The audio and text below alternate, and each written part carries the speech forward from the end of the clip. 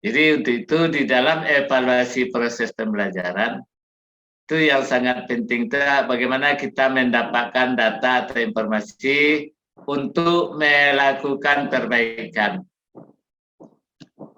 Gimana apa yang perlu kita perbaiki. Kemudian Bapak Ibu perlu ada data, informasi untuk menggunakan metode yang tepat atau strategi yang tepat atau mungkin model-model pembelajaran yang tepat. Jadi semuanya itu perlu dievaluasi. Jadi Bapak Ibu, evaluasi proses pembelajaran sangat penting. Bagaimana supaya kualitas pembelajaran kita bisa kita tingkatkan dan insya Allah akan dapat meningkatkan keberhasilan kepada peserta didik kita. Kompetensi peserta didik kita akan meningkat, otomatis mereka akan sukses, insya Allah. Ketahuilah Bapak Ibu, apabila kita bisa menjadikan peserta didik kita menjadi orang sukses, itu juga akan menjadi kebahagiaan kita. Mana tahu nanti melalui kita ada peserta didik kita yang sukses, melalui tangan dingin kita ada peserta didik kita yang sukses, mungkin saja satu saat kita pensiun, sambil pensiun nonton TV, badan lagi kurang sehat, nonton TV. Ternyata keluar di TV sesosok yang selama ini sangat kita kenal, yang selalu dulu kita bina, yang selalu dulu kita teladankan kepada mereka. Sekarang sudah menjadi orang sukses. Siapa yang bahagia? Kita yang melihat atau orang yang ada dalam TV? Kita. Aduh, apalagi kalau kita dikunjunginya. Apalagi kalau kita diberi sesuatu, mungkin hadiah umrah, mungkin hadiah jalan-jalan. Aduh, bahagianya. Ternyata Bapak Ibu, apa yang kita lakukan di dalam proses pembelajaran, itu kembalinya ke kita juga. Ternyata. Begitu banyak peserta didik kita, mahasiswa kita yang sukses, kembalinya ke kita juga. Kita yang bahagia. Jadi apa yang dilakukan ternyata kembali ke kita. Itulah amal kebaikan. Ya Bapak Ibu ya. Jadi untuk itu di dalam proses pembelajaran kita niatkan kita beramal untuk peserta didik kita. Ya, kita niatkan kita bermanfaat untuk peserta didik kita. Kita niatkan melalui keteladanan kita bisa mereka tiru dan mereka menjadi sukses. Kita yang bahagia. Ya Bapak Ibu ya. Dia apa saja yang perlu diperbaiki di dalam proses pembelajaran. Oh ya, sebelumnya evaluasi proses pembelajaran ini gunanya adalah antara lain untuk perbaikan-perbaikan ya Bapak Ibu ya. Perbaikan juga untuk formatif, dan kemudian untuk menentukan hasil, kemudian juga mungkin untuk decision making, membuat kebijakan. Nah, kemudian evaluasi proses pembelajaran ini juga berguna untuk ketua prodi, apa yang perlu diperbaiki. Nah, sekarang kalau di UMP sering setiap 1 bulan itu ada evaluasi, dilihat apa yang kurang, dilihat apa yang perlu ditingkatkan. Nah, itu gunanya evaluasi proses pembelajaran. Jadi dosen itu merasa perlu untuk mengevaluasi proses pembelajaran yang telah dirancang. Bagaimana supaya lebih baik, dan lebih baik. Kalau selama ini di dalam RPS kita lebih banyak tentang kognitif, nah perlu kita evaluasi. Mungkin ditambahkan dengan sikap dan keterampilan. Kemudian juga dalam proses pembelajaran itu kita harus membuka diri. Artinya kita harus punya kaca. Nah, kaca itu adalah mungkin dari mahasiswa, mungkin juga dari teman sejawat. Ya, apa yang perlu kita tingkatkan? Apa yang perlu kita lakukan untuk supaya lebih baik dan lebih baik lagi? Apa yang perlu kita rancang supaya suasana belajar kita bisa menyenangkan? Nah, ya Bapak Ibu ya. Oke. Supaya ada keinginan untuk menjadi lebih baik. Bapak Ibu, eh, apa saja yang perlu diperbaiki. Nah, ini apa yang perlu kita lihat di dalam proses pembelajaran. Pertama, mungkin tujuan pembelajaran kita, Bapak Ibu, perlu dievaluasi. Jangan-jangan tujuan pembelajaran kita itu hanya terkait dengan kognitif saja. Asal sudah hafal, sudah mengerti dengan materi-materi yang sudah kita berikan, sudah. Padahal sekarang ini ada Merdeka Belajar. Merdeka Belajar itu bagaimana bisa mengembangkan potensi peserta didik untuk lebih maju dan bisa menjadi orang sukses. Nah, dalam Merdeka Belajar ada mata kuliah yang bisa belajar di luar kampus, dan juga ada yang di luar prodi. Tujuannya adalah bagaimana supaya peserta didik bisa menjadi sukses dengan potensi diri yang ada. Nah, mungkin dalam tujuan pembelajaran kita masih dalam kognitif. Nanti kita tambah ada afektifnya, ada psikomotor. Kalau di perguruan tinggi, Bapak Ibu, ada 4 yang perlu ditingkatkan. Yang pertama itu pengetahuan benar, ya. Kemudian yang kedua sikap. Nah, yang ketiga keterampilan umum. Keterampilan umum yang terkait dengan materi perkuliahan kita, terampil dengan materi perkuliahan kita. Yang keempat namanya keterampilan khusus. Apa itu keterampilan khusus? Materi yang kita berikan tadi bisa bagi peserta didik untuk bekerja, bisa berwirausaha. Nah, contoh, kalau saya mengajar penelitian tindakan kelas, selesai mereka belajar PTK, mereka bisa menjadi instruktur di sekolah-sekolah. Mereka bisa memandu guru membuat PTK. Di dalamnya ada kesejahteraan, dibayar oleh sekolah atau mungkin dinas atau guru, kelompok guru. Mereka dibayar. Jadi ilmunya itu bisa bermanfaat untuk meningkatkan kesejahteraan. Nah, itu yang kita harapkan, Bapak Ibu ya. Nah, itu namanya keterampilan khusus.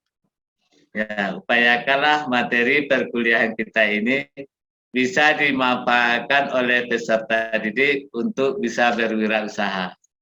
Mungkin di sini ada Bapak Ibu dari farmasi yang mengajarkan tentang obat-obat. Ya, nah, begitu Bapak Ibu ajarkan tentang obat-obatan, mereka bisa memanfaatkan di lingkungan masing-masing apa yang bisa dijadikan obat, mereka racik dan bisa mereka jual. Nah, itu salah satunya. Ya, Bapak Ibu ya. Nah, kemudian nanti di dalam proses pembelajaran kita juga perlu evaluasi mahasiswa. Mungkin ada mahasiswa yang tidak semangat, mungkin ada mahasiswa yang tidak suka dengan kita, tidak suka dengan materi kita atau mata kuliah kita, perlu dievaluasi. Kemudian perlu juga kita evaluasi materi. Ya, materi pembelajaran kita mungkin tidak sesuai dengan perkembangan.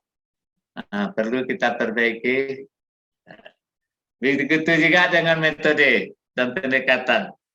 Mungkin karena sekarang zaman sudah berubah, titian sudah beralih kata orang, ya kan? Mungkin metode yang selama ini kita pakai tidak cocok lagi. Kalau selama ini kita ceramah aja, sekarang sudah kemajuan teknologi, sudah banyak media sosial, ceramah itu tidak didengarkan lagi oleh peserta didik. Perlu dievaluasi. Kemudian dosen juga perlu dievaluasi. Bagaimana pendekatannya, sikapnya, kemudian bagaimana dari segi materi yang dikuasai, perlu dievaluasi. Mungkin materi yang sekarang sudah tidak cocok lagi. Jadi dosen harus menguasai materinya. Mungkin dia belajar lagi lagi. Nah, mungkin sarana belajar Bapak Ibu yang perlu dievaluasi. Ya, mungkin sarana yang kurang lengkap, apa saja, apa yang perlu dibutuhkan, bagaimana jalan keluarnya. Mungkin juga lingkungan belajar yang kurang sesuai, atau mungkin instrumen evaluasi. Nah, ya Bapak Ibu ya. Nah, dan lain-lainnya. Nah, jadi di dalam proses pembelajaran kita selalu diminta mengevaluasi apa lagi yang perlu kita tingkatkan dari yang ini. Nah, mungkin tujuannya perlu ditingkatkan, mungkin perbaikan mahasiswa, mungkin materi yang perlu dirubah, mungkin pendekatannya yang perlu disesuaikan, mungkin kompetensi dosen yang perlu ditingkatkan, mungkin melalui seminar, loka karya, atau melanjutkan ke tingkat yang lebih tinggi, dan lain sebagainya. Silakan Bapak Ibu yang ingin memberikan tanggapan atau mungkin ada pertanyaan, silakan Bapak Ibu.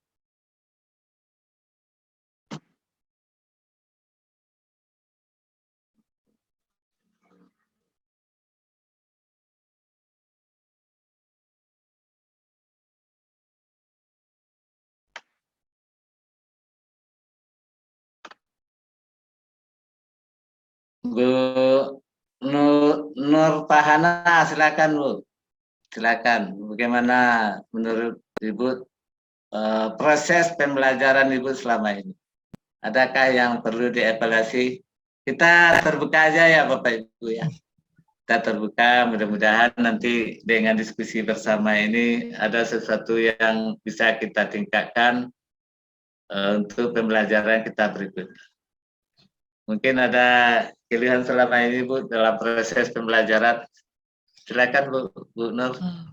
Terima kasih Pak. Kalau terkait dengan pelaksanaan selama ini dalam melakukan pembelajaran, yang menjadi beban selama ini bagi saya pribadi Pak, ketika melaksanakan pembelajaran itu adalah merubah sikap dan perilaku mahasiswa. Saya seringkali orangnya tidak tegaan Pak, tidak tega misalnya. Ketika kita menerapkan disiplin dalam memulai pembelajaran. Seringkali kan mahasiswa itu kan kita sudah sampaikan di awal-awal perkuliahan bahwasanya untuk kehadiran itu dituntut untuk disiplin. Nah, seringkali mahasiswa itu ada juga yang dengan beberapa alasan yang menurut kita itu bisa diterima dengan akal sehat, menjadikan mereka itu malah sering membuat alasan. Saya pernah itu Pak, 4 kali mahasiswa itu terlambat. Saya mengizinkan pertama ya, saya sudah berangkat Bu dan motor saya bocor gitu kan. Jadi dia tunjukkan buktinya kalau motornya bocor ya, saya izinkan masuk Pak gitu kan. Ini juga untuk kan ya terkait dengan kedisiplinan. Sampai 4 kali masih terlambat Pak. Akhirnya dengan terpaksa sepertinya tidak bisa ini kalau selalu ditolerir. Memang setiap yang dia berikan bukti itu kita bisa anggap itu adalah sesuatu yang hal yang wajar. Nah, akhirnya yang keempat kali itu memang saya tegaskan aja lagi. Sudah 4 kali, mohon maaf Anda tidak bisa belajar di kelas ini kalau masih terlambat juga hari ini. Dan ternyata dia terlambat Pak. Saya suruh belajar di luar. Akibat konsekuensi itu ternyata memang kita itu perlu tegas sebagai pendidik ya Pak. Kadang-kadang saya itu mungkin karena bawaan dirinya ya kasihan ternyata perlu ada juga ketegasan dalam mendidik itu.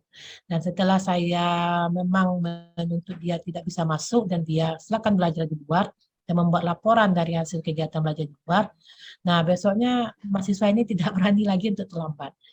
Jadi yang ini yang sering saya alami ya Pak, terkait dengan rasa rasa iba atau bagaimana gitu kan.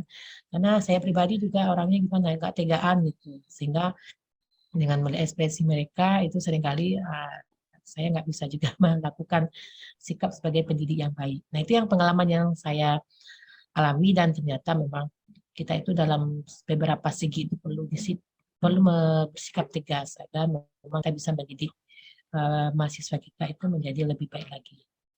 Itu yang saya evaluasi Pak. Jadi nah ini mahasiswa katanya baik, tidak marah gitu kan. Tapi kalau saya tegas itu mulai saya lakukan lagi Pak. Ya. Itu aja, Pak. Jadi semua kita mengalami itu ya Bapak Ibu ya, tentang disiplin mahasiswa. Ya, semua kita mengalaminya. Dan juga semua kita pernah mengalaminya juga waktu kita kuliah dulu. Saya dulu waktu kuliah Bu, Ada perjanjian dosen. Apabila saya sudah masuk pintu yang di belakangnya, tidak boleh lagi masuk.